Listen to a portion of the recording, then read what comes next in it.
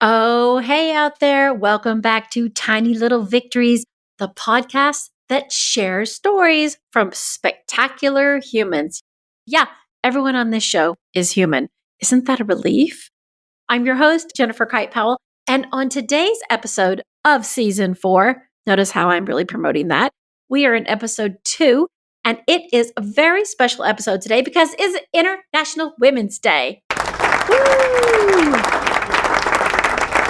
Love those special effects. And for International Women's Day, we have made a pretty spectacular episode. I am excited about it because we have a main episode with a special guest, and we have a compilation from people around the world who have dropped little audio tidbits into my email account telling me why International Women's Day is important to them, or what the hell's wrong with the world that we don't actually focus on women a lot more. I'm not going to tell you who's going to say what, but I want to shout out a very special thank you to the people who volunteered. It didn't take a lot of coercing, let me just tell you, to leave little audio messages for this segment. Yeah, it's a nice little variety of people. So sit back and enjoy this compilation for International Women's Day.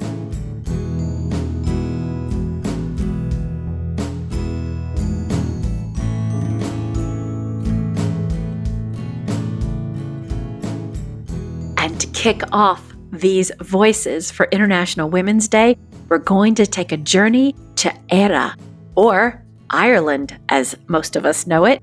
And we're going to hear 3 voices, Deidre, Sinead, and Terry. On International Women's Day, I would like to celebrate the strength, resilience, and compassion of women everywhere, especially those in healthcare and education. As a nurse, and a student and mentor, I see every day how women uplift, heal, and inspire. So let's keep breaking barriers, supporting each other, and shaping a future where every woman's potential is realised. International Women's Day for me isn't just about getting flowers from your boss and a pat on the back. It's actually about recognising what's come before us and how far we've come and how we can lift each other up to go even further. Díagwich ó Baile ó Clia a Carja. Hello from Dublin, friends. I'm Terry, and for me, International Women's Day is about much more than calling out gender inequality.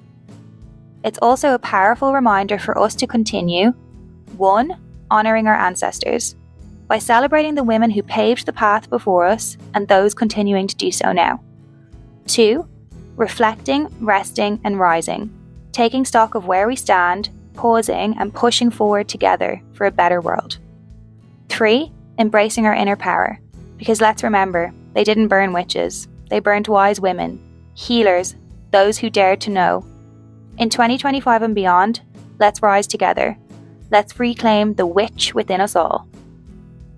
From our favorite commercial airline pilot, Naus Wilbrink, he brings us a viewpoint about women in aviation, and I think that he's got some really good points here about the role of women in aviation.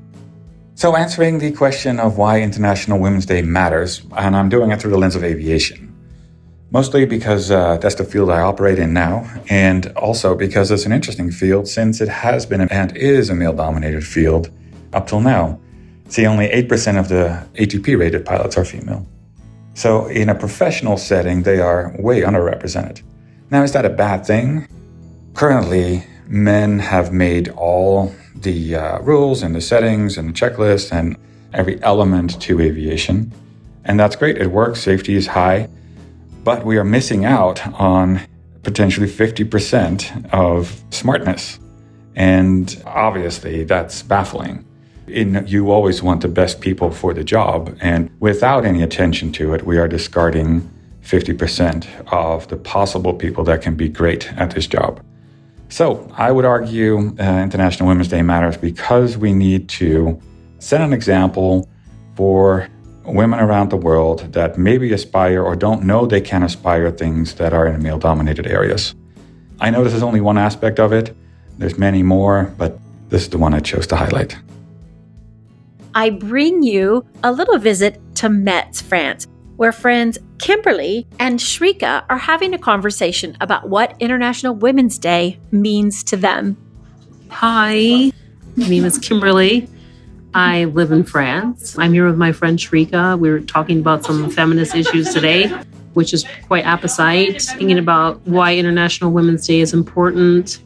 It's important because women are still ununited today.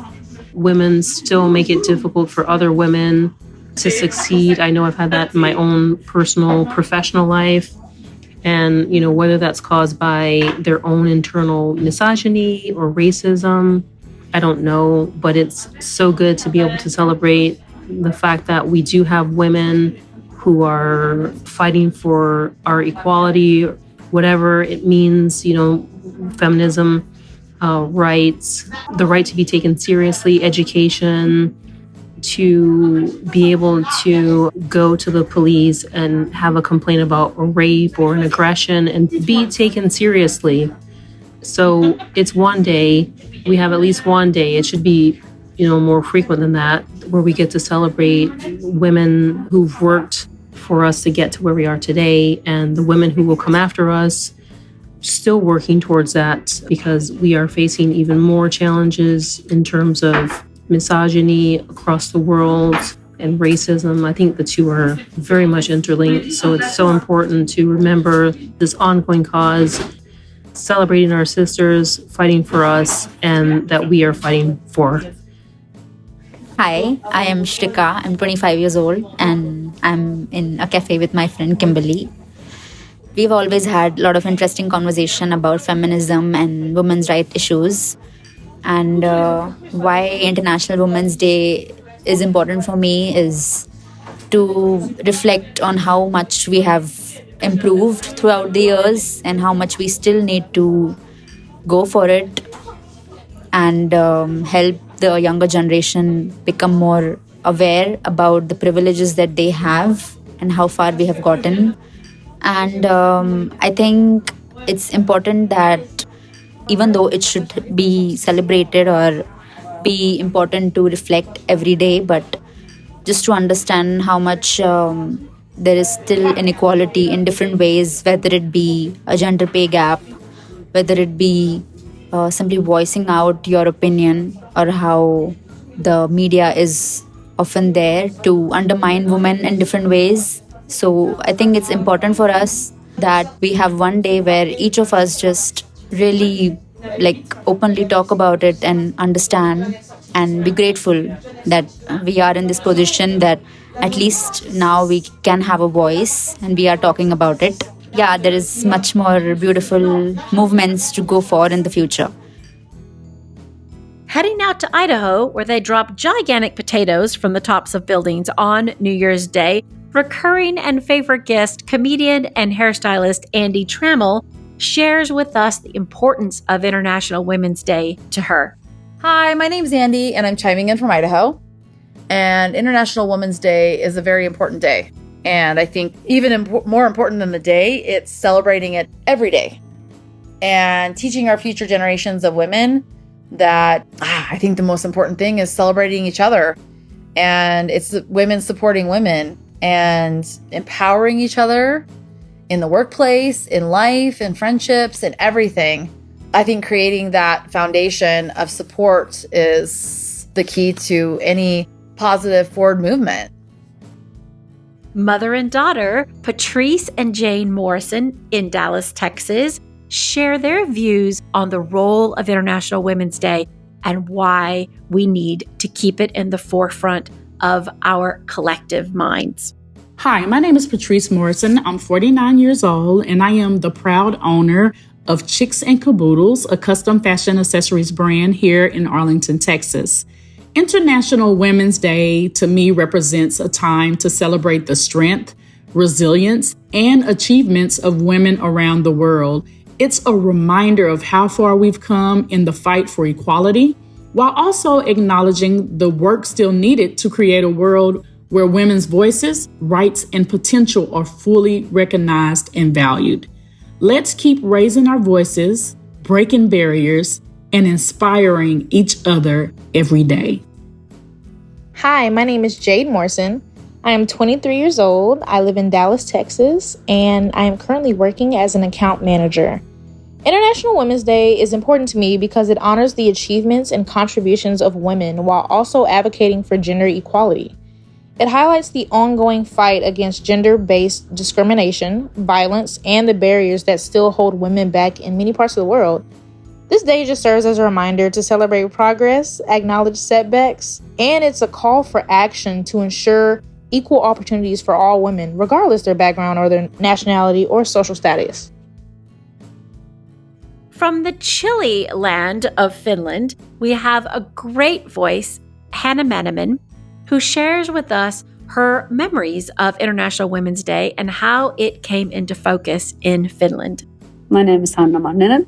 I'm 52 and I live in Oulu, northern Finland. I'm an art gallerist and I also do PR and marketing for a living. My first memory of International Women's Day involves roses, red roses especially. I must have been in my 20s and just walking in town when someone handed a red rose to me and wished me Happy Women's Day. I didn't have a clue then what the day was all about. Women's Day arrived to us from Soviet Union back in the day. We have our common history and have had pretty close ties with Russia, so it was not unusual to implement customs from our eastern neighbor. For people of my generation and older ones, Women's Day is still seen as something Russian, and for many, it's just a day when single red roses are handed out to women. Previously, it has had more political sentiment. Nowadays, it's more of a day to celebrate women with treats and pampering and those red roses here in Finland. Though I think we should highlight the real role of International Women's Day here in Finland as well. There is still so much to do when it comes to equality and women's rights, even over here. Roses won't bring a safer and equal world for women, but they can't send the message if we just remind people what the day is all about and what the women before us have fought for to give us the rights we have now. In Atlanta, Georgia, we hear from 19-year-old college student Isabella about what International Women's Day means to her. I think International Women's Day is so important now more than ever because of where we are as a country to remind us of how far we've come and how hard the women of the past have worked to get us to where we are today. Jumping over to the United Kingdom, we hear two powerful voices from Shivani and our very own podcast producer, Mark Cotton. International Women's Day is an opportunity to celebrate progress and recognise the achievements and contributions of women, but equally a global moment of reflection that highlights there's still a lot of work to be done. International Women's Day, to me, means hope for the future. But it also means a time to reflect and to look at the amazing women that have come before. And I've decided to select one, and that's a lady called Betty Webb, who during World War II was a code breaker at both Bletchley Park and the Pentagon. I'm proud to call Betty my friend, and at 101, she still goes out and gives talks to young people about what she did during World War II for all of us. Now that's a truly inspiring woman. And from the Windy City, we get to hear from Dr. Jen Henchy, who is the CEO and founder of Fertile Fertility Science. And Jen's invention won Time Magazine's Best Invention in 2024. And Jen talks to us about the significance of this day to everybody in the world, not just if you're a woman. I'm Dr. Jennifer Henchy, the CEO and founder of Fertile Fertility Science, and this is why International Women's Day matters to me. For most of my life, I believed I could do anything. I didn't see being a woman as something that held me back. I saw myself on a level playing field, and for a long time, that felt true. But something happens when you're the only woman in the room time and time again. You start noticing things that you can't unsee. So while I worked hard to earn my seat at the table, I also recognized that in some ways it was given to me. I grew up in a small town, the only girl playing boys soccer until high school. Those coaches could have said no to me being on a boys team, but instead they embraced me. Not every girl is that lucky. Somewhere along the way, I found myself in spaces where the answer was no. I realized that access isn't about talent or drive. Sometimes it was simply about my gender. And when you've been in enough of these rooms, you stop seeing yourself as just an individual. I started recognizing that I was representing every woman who was told she couldn't have a seat at the same table where I was sitting. That's why International Women's Day matters. It's not just about recognizing how far we've come, it's about acknowledging how much farther we have to go. It's about breaking the glass ceilings above us and reaching behind to pull other women up. I have a daughter now, and I owe it to her to help women make up as much ground as possible while I'm here, so that her generation doesn't have to fight the same battles as mine. So to every woman out there making space for others, challenging the system, and proving that we belong, thank you. You are seen, you are heard, and together we are unstoppable.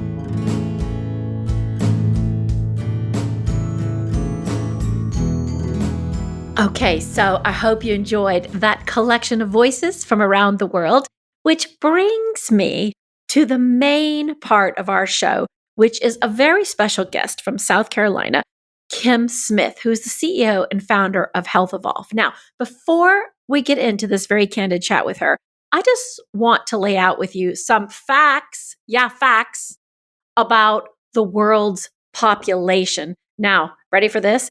Did you know this? That pretty much half of the world's population is pretty much even between men and women. As far as it goes, it's about 102 men for every 100 women. However, as we move through time, that gap narrows to the point where there's not so much of a gap anymore because men die younger than women. And so in the end, there's more women than men. But here's something kind of interesting. The sex ratio in the United States favors females, even though the gender gap is stable. And in 2010, there were about 5.17 more women, with the difference expected to decrease around 3 million by 2027. But where we're looking at now, we're almost on parity. It's just about the same, men for women. Now, here's another interesting fact. Women represent the largest, not the smallest, not the mediumist, the largest market opportunity in the world. Globally, women control 20 trillion in annual consumer spending. 20 trillion. We own the purse, fellas. So I'm not sure what all the kerfuffle about is in Washington. Hey, wait a minute. Maybe that's what the kerfuffle's about. Okay. In the next 5 years, that number from 20 trillion is expected to rise to $30 trillion. So when it comes down to who controls the budget, who controls the spending in the household, it is 100% women. And they also control, ready for this, healthcare spending. And that is what we're going to talk to today with Kim Smith. Now, Kim Smith has a company that she started that's all about equilibrium and balancing out the cultural differences in how healthcare is delivered. She has a new digital platform called the Lauren Platform. We're going to talk about that. And we're going to talk about why it is that the medical community does not take women's healthcare issues seriously. In fact, there are 16 different verticals in women's health. So it's not just your period and having a baby. It's everything else. It's oncology. It's breast cancer. It's the pelvic floor health. It's menopause, very big. It is mental health. Cardiovascular is another one. So there are lots of different verticals out there, and we tend to only focus on a couple, which is just not the case. So we're going to talk a little bit about the why today and how we can make a change. How can we change? How can we support other women? How can the healthcare system change? What can you do when you go in to see a doctor and they don't take you seriously? How can you control that narrative? One of the very interesting tips that Kim talks about is the fact that your corporeal sleeve, you're walking around with this body, you are your own clinical data. So basically, when you go in there, you've got to tell them what's going on with your body. You have that information. They don't have it. So it's up to you to make sure that you communicate that. So I want you to sit back, really enjoy this show because Kim was such an interesting person to talk to. She has just come back from South Africa, where she has gotten her doctorate degree. So she is coasting through this amazing career of hers that was born out of adversity, but has ended in the commitment to help other women and to help other people who are traditionally marginalized. Stay tuned for Kim Smith, the CEO and founder of HealthEvolve.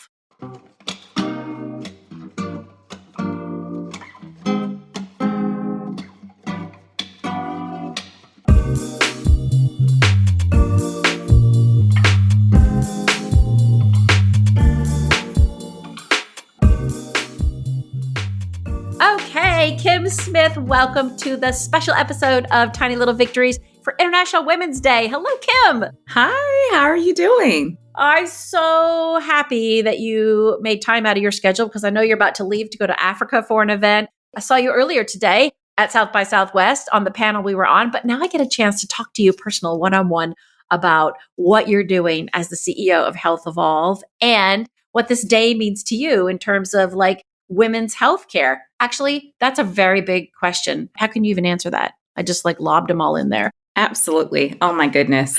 Sorry, Kim. This is a special moment. It is. Okay. I mean, I can just see my producer right now, like, slow down, take it back a step.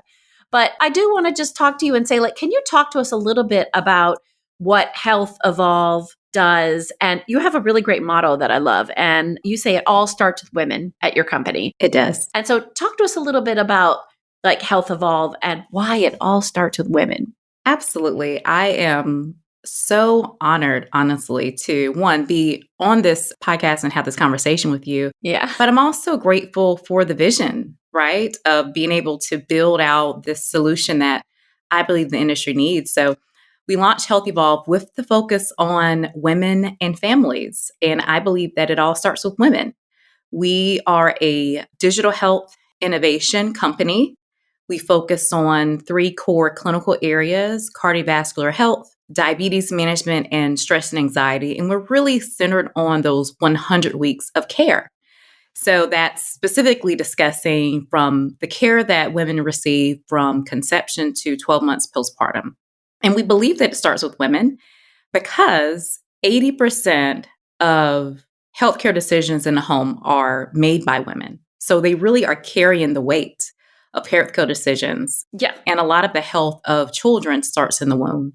So in essence, it all starts with women. I love that because you're right. Like you started this company because you obviously you're a mom. Yes. So you began as a mom. And I just want to point out to everyone that's listening out there, if you are a mom, then you probably went through the entire process that Kim is talking about here. And so I want to just say that I applaud you for creating a company that just focuses on women's health in this 101st weeks, because something that you said before is that, you know, when it comes to women's health care, people tend to dismiss like women's issues. And then on top of that, you're talking about pregnancy, right? So you're really taking a very sharp focus on these things because I do believe that like if you're bringing a child into the world, the mother needs to be healthy, the baby needs to be healthy. And that's not just once you deliver, right? Because you actually also really focus on postpartum issues as well. Isn't that right? Absolutely. So we do. We focus on that moment from conception through postpartum. And it's a beautiful opportunity to position women for both short-term and long-term health improvement, right? So much happens, even from a biologic perspective, to your body when you get pregnant. We understand that. And we can get into this later, but I'll mention that we're going into pregnancy more sick, right? Yeah. More likely to have high blood pressure, pre-diabetes, a lot of stress, anxiety, and or we're exiting pregnancy in that state, right? Yeah. And you know what? Can I just like insert something here? Because I love that you said that. I'm not a mother, but I have 4 animals. But I have a lot of friends, obviously, I've had babies. And do you remember, this is like maybe 10, 11, a decade ago, could we say? Do you remember when preeclampsia was just like, what's this problem? That was not treated at all seriously. And I'm not going to go say watch back episodes of ER to like see like how scary preeclampsia is. But the dismissiveness of preeclampsia by doctors in the community, I think, and now today is like, oh, she has preeclampsia. Like it's out in the open. Yes. To me, that's a really great example of your 100 weeks. One of the issues that comes up that used to be, I didn't feel taken very seriously. Absolutely. So many women are dismissed. And really, that's linked to my own personal story. I survived HELLP syndrome, which people consider a severe version of preeclampsia. You know, my blood pressure was 200/100, and I could have had a stroke at 29. Yeah, these are things people don't talk about enough. They don't. Like the life of the woman is just as important because they've got to bring that baby out into the world. And it bothers me that the political system right now, or how people view what's happening in the world, is like dismisses the life of the woman and forgets that without her, that baby is not going to be healthy and happy. Right. How it's so shifted. You know, there's so many women. I was at a conference maybe 5 years ago because I was actually pregnant with my youngest son. It was a focus on building women's health advocates, right? It was in Chicago. And we asked every woman to raise their hand if they felt dismissed at any point in their maternal health journey. Every hand went up. Now, I come from the world of providers, and I love my physicians, my providers, and everyone isn't like this, right? We know that everyone is not like this. But for those that are, for those that dismiss pain, for those that dismiss what you see happening in your body, because you're with yourself more than you're with anybody else. Yeah. It's frightening what can happen. And really the things that are missed often are quite obvious if you just listen. Yeah. Or if our patients are confident to communicate their concerns, because white coat syndrome is a thing, right? I mean, so if you feel dismissed, you might not communicate life-threatening information to anyone. Right. Yeah. I mean, I love that you said the confidence of the woman because, you know, I think in many ways, I love that we have International Women's Day because it's supposed to be the focus. But Lisa's still about teaching women to speak up. You have to speak up and not be silenced. And I think that is really important because people traditionally sometimes go to doctors. They're like, you know, my mother teases me. She goes, why are you giving me advice? You're not a doctor. I'm like, yeah, but Mom, it's logical. You need to ask all these questions.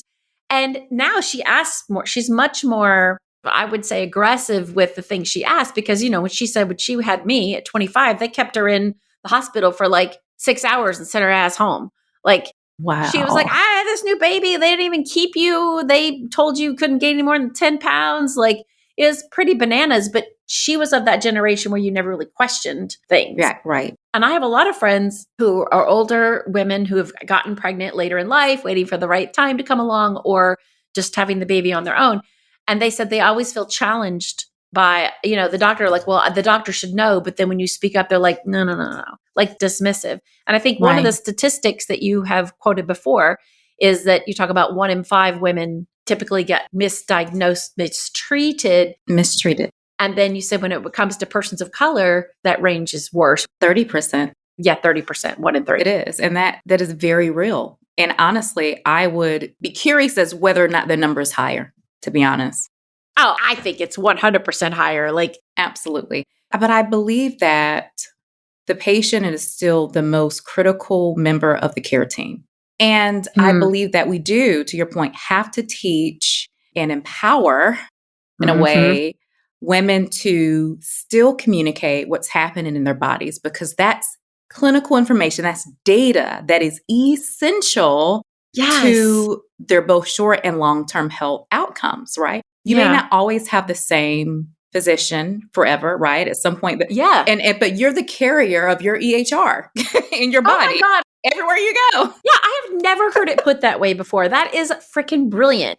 That the clinical information, you're right, you carry it with you. Like, yeah, that's also super empowering to think of it that way. And that for women that are listening, or men, husbands, partners, whatever we're doing out there, that is also your job, right? To empower the person that you're with to respect that clinical information. Kim, I mean, honestly, I have never heard it put that way before. I love it. And well, mind blown. It would be me. And you're right, though, because you don't have the same doctor. Even if you go in to get a blood test, there's somebody different. People don't ask you, like, how are you feeling? My aunt, my great aunt, she's long since left this earth. She was a nurse back in the day where they wore little white nurse hats and I love it. Nurse outfits. Yeah. And she told me I have teeny tiny veins and they roll around a lot. So you need to make sure when you go get your blood taken to tell them you have very small veins and they roll around a lot. And I was like, huh? And now when I go in, when I've had any procedures, I say, I have very small veins and they roll around a lot. And the person's like, what? And I'm like, yeah, really small. You're going to have to use a butterfly needle. And they're like, I know what I'm doing. And then they don't listen. And then like a second later, she said, yeah, I think I need a butterfly needle. I'm like, I told you. But what you said to me, I am my clinical information. It's are. Brilliant. You're a carrier. I feel like I want a t-shirt now. I am my own clinical information. You know, that sounds pretty exciting. We may have to work on that. I think you should get one. You should make them. And I would get one of the HealthEvolve logo at the bottom. I'm interested in your journey to HealthEvolve. I mean, this is International Women's Day. This is about successes, things we want to change. And I do want to ask you, actually, heck, let's ask it. What keeps you up at night, Kim? Oh my goodness. So many things. Many things. I'll be honest, there's so much change. I've been in the healthcare industry for over 18 years. And there's always change. There's always disruption. I mean, I helped to create the disruption, right? Being a part of the machine. But today is a little bit more intense. So as a builder in this space, thinking through the avenues which we want to get our solution, our products to those that need it most, both the worried wells and those that are the most vulnerable amongst us, that drive the cost and also don't have the level of access. How do we get the Lauren platform, our solutions to those individuals? The pathways have shifted a little bit. There are questions of what will happen with some of these avenues in terms of health insurance coverage and that sort of thing. What will happen in our rural communities? So some of it keeps me up at night, but the answers aren't there yet because we don't know. There's a lot to be decided. But as we watch and observe some of the uncertainty with whether Medicaid coverage will shift from state to state, whether certain access to whether it's telemedicine, some of those solutions will be shifted back. It's important that we're still, that I'm still mindful of that woman that I built Lauren for, right? Yeah. And to be in the community to make sure that we're focused on our customers. Yeah, this is really interesting. So how do you put your thumb on change without knowing which direction it's going to go? So you have the Lauren platform, and so you're pushing this out, but you know that the market is like shifting. So how, as the CEO of this company, how do you manage a product like this in the market, knowing that, the ground could shift any second? And I think, we could have a 29-hour podcast on health insurance if we wanted to. I know. And what's wrong with that? Part 2. Yeah, part 2. Right. Exactly. And I think people would really be interested in that because I'm just going to confess to everybody, like I am self-employed. So I have the Obama Marketplace health insurance, which by the way is great. Like I love it. And I think of how scary it is to go into the marketplace to pick things. And then I think of how knowledgeable I am. And then I get afraid for people who, one, don't have a voice, two, are, marginalized, historically marginalized communities. Right. And it's like, where do they go? And also, how do we ensure that they still have access to healthcare, not just healthcare, but like basic care? Yes. What I realize is the ground is shifting just like a volcano. And I'm in the Southeast, not in California, but from my understanding, even in South Carolina, there's movement on the ground when you can't feel it. We're on plates. The whole country's on shifting plates. Exactly. So there's always some shifting happening. Sometimes you just don't feel it until it really impacts you. What I would say is perspective has really helped me. I've spent a lot of time having very deep conversations with not only other women's health founders, but my customers. I immerse myself in the community-led initiatives. I am in that space almost every day, every week, to really not only help with innovation at the state and federal level, but also to listen and research. And one thing that I found that helped me recently was I was so concerned about if I focus on one particular avenue first, because we are preparing, of course, with the launch of our Lauren platform. We've been piloting with consumers that primarily have a Medicaid background. But if I add on and create an opportunity in more so a commercial private side, will I miss those that need it the most? One thing I found was that even those that are insured, so half the births are, your employer pays for that, the other half pretty much is Medicaid. Yeah. Even with the first, right, that private or employer-based side, most of those individuals are underinsured anyway.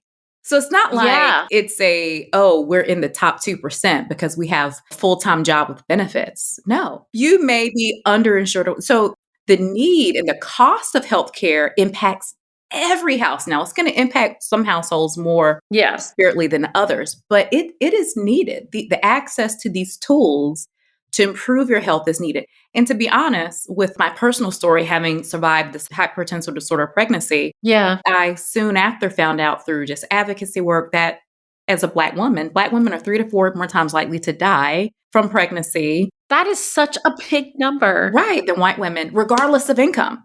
So you can make triple six figures and it still does not make a difference. Yes, because it's not about the money, right? It's about the care. It's about the care. So what helps me with the shifting is think about the women, all women that I want to reach, regardless of income level, and to create a phenomenal, engaging tool with clinical support that meets the need. And if we can become customer obsessed, which we are, then we will do well, right? And that was advice that I received from a brilliant female founder, Megan Doyle, for Partum Health. She said, be customer obsessed. Don't worry about the launch pathways just yet. She told me that last year, and I'll have to thank her again. Yeah. That has really grounded me. And I didn't know I needed that level of grounding until 2025. Well, that's what you said about shifts, right? You didn't know you needed it, but I think that's sort of what you said earlier about shifts. Like sometimes you don't see them coming until you see them coming, and then there they are. So in terms of I love what you just said. You said you got to make a tool that meets the needs. And in your opinion, the tool that meets the needs, you wanted to create something because you saw there was a need. So what was your journey to create HealthEvolve? How did you get to the point where you knew the healthcare system, been in healthcare for 18 years, so you knew the many jagged pieces. So what was it that Kim Smith was like, you know what, this is the tool that meets the needs? I didn't know it was the tool 13 years ago, but my connection to this happened 13 years ago. We lost our daughter due to HELLP syndrome, whose name is Lauren. Okay, that's the Lauren platform. That's the Lauren platform. I love that. I had been advocating for 11 years. And in 2022, I had just transitioned out of an executive role with an academic hospital system overseeing a large medical group. Yeah. And I became very frustrated. I had been building the machine, right, for many years and saw more CDC data to show that our numbers are getting worse in terms of maternal health outcomes. Ugh. And while I had decided I was done having children, I was starting to think about, okay, what about future legacy? And then I was a little agitated. Can I say that? Yeah, you can say that. We can put an explicit lyric on this thing. I don't care. Thank you. Agitated, yeah. A decade of your life funding research and, helping with Momnibus and all the things. And it felt like we're just walking in a circle in the cul-de-sac here. This is ridiculous. So I decided if we can fund individuals going on exploratory missions to the moon, my God, we can use innovation to close the gap on maternal health. I love that analogy. Oh, yeah. And you know what? I think the world would be a better place if we had more women like you. And I know we're talking to some more people on the show that literally had that same approach. Innovation can be applied here. It can be. It has to be. It has to be. You just said something that was upsetting me when you said maternal outcomes are getting worse. How is that possible with better technology? Right. And one of my board advisors just sent me an article yesterday, and it showed the 2023 data that maternal mortality rates are starting to go down for every race except for Black women. And so I'm thinking something's happening. Now we are building a solution for all women because it impacts every house. That's very important to us. Yeah. That's how we practice medicine, right? You don't practice based on groups. Well, that's how everybody should practice medicine. Exactly. But can I say something controversial here for a second? You can. You don't have to answer. I mean, I get that. Make it for everybody because you want everyone to have this 100 weeks, to have the support, to move through all these things. I mean, is there anything in thinking if these outcomes for Black women are not improving, maybe it does need to be more focused because maybe that's the group we need to protect more? That's really fair. No, it's not controversial. It's very real. It's very real. Yeah. But here's the thing about health disparities, which are differences in outcomes between groups. Mm-hmm. The school of thought and the understanding is if you can build and create a level of care that meets the needs of those that are most at risk, you raise the level of care for everyone. Exactly. I would argue that there's still challenges. We're seeing maternal mental health being a huge risk factor for mortality, primarily for white women. We're seeing cardiovascular issues and other challenges being a greater risk for women of color. But with disparities and with our tool kind of integrating with the health system, it's important that you got a data set. Yeah. You got a data set and you've got to force the care delivery approach to shift so that everyone is improved. Because honestly, it's not a perfect system. There are gaps in those 100 weeks, right? When you're handing off, right? There are gaps. And a lot of times you're more likely to have issues in the gap. And that's where we'll come in. Interesting. You're saying some very big things here, like the shift of the care delivery approach. Like, I am my clinical data. And also, it's true. Like, if you raise the level of those that are risk, then everybody's benefits Everyone from that. wins. So I think that's the answer to the question. So my last question is, what does International Women's Day mean to you? It's a low ball question, but like, I know a lot of people are like, oh, International Women's Day. But I'm like, no, International Women's Day. What is it that you want to leave the world with on this day and every day, Kim? When I think about International Women's Day, I think about the 600 million women around the world with or at risk for hypertension. What we're building is a global problem, and we've always had our eyes on the globe. I literally am getting a doctorate in global health equity, okay? Woo, I love that. So it's important that we build with our sister countries. It's important because we can learn so much from one another. We carry a lot of the same challenges. Sometimes the context often is different based on country, the structural context, the political economy. It varies from country to country, but the outcomes are still meaningful, right? The stories are very similar. And I believe that we can learn from each other. And we're building outside of the traditional walls here, right? Yeah. We're being rebels and building our own way. Yes, the resistance. No, it's true. I mean, we've got to support each other. Yes. And I love that you talk about like getting context, the meaningful stories, because they all are related. And I think that's, to me, the point of International Women's Day is to really make those connections and realize, like, look, we have more in common than we have. Yes. That's not in common. Well, Kim, thank you so much for coming on the show and sharing all this insight with us today. And you're going to see all of her in the show notes, everybody. You can go to HealthEvolve.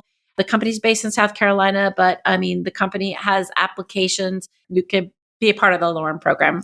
It's great to be a digital solution. So we will be expanding and growing. Well, I want everyone to go check that out and check out Kim, follow her on LinkedIn, and she has other social channels because she is quite an amazing woman. And thank you, Kim, for coming on the show and being here for us. Thank you.